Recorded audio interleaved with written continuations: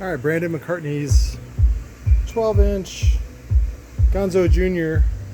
with copper and black glass fiber cap. Let's go ahead and give it a sweeperoo.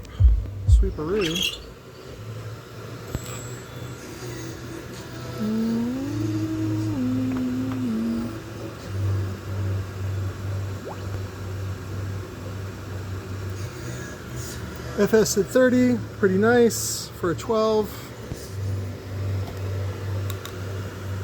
And we gotta change this to 10. That way our VAS turns out correct.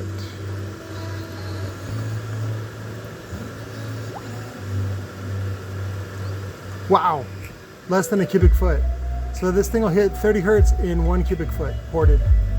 I'd recommend about 32 to 33 hertz. And this thing will fucking sing. This is the 2 ohm single voice coil, which is what he wanted. I thought it was going to be 4-layer, but they ended up making it bifilar.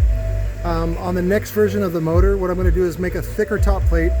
For some reason, you guys want a thicker top plate. I'm like, okay, whatever, fucking go for it. 30, we'll do 30 millimeter. And then I'll also do thinner, and we'll do copper, because I have a copper coil that I imported. Let me see. Is it over here? No, where is it? Fuck. Here it is. Putting it on this 12.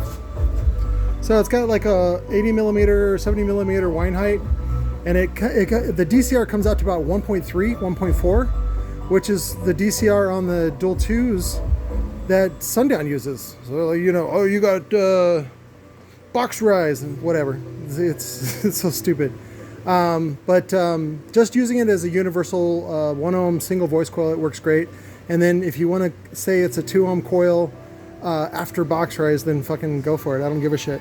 But I want to make it around this coil because I got a bunch of them, and it's a little too sloppy in this gap. And so the other one will make it tighter so it has better thermal transfer. And then we'll just do it as a whatever. It's like single, like the old days where like on the back of the Pyramid Super Pros they would make them 6 ohm, and they're like compatible with 4 ohm or 8 ohm. I was like, okay, so it'll be like 1.3 DCR, and so you can call that 1 ohm or 2 ohm. So, but that's Brandon's. He already got his motor, so I'm going to unbolt this. The other thing I wanted to talk about real quick is I can only fit the 8-gauge terminals on here. Otherwise, they're too long, and then it has trouble getting the tool in there to undo the bolt. So, yeah. That's it. So I think people are complaining that the top plate is too thin because of how big this looks, but whatever. Remember that ferrite is cheaper than steel. And somebody pointed out that the ZV5 had like a thicker top plate and a triple stack, and then the ZV6 has a quad stack with a thinner top plate. I don't know.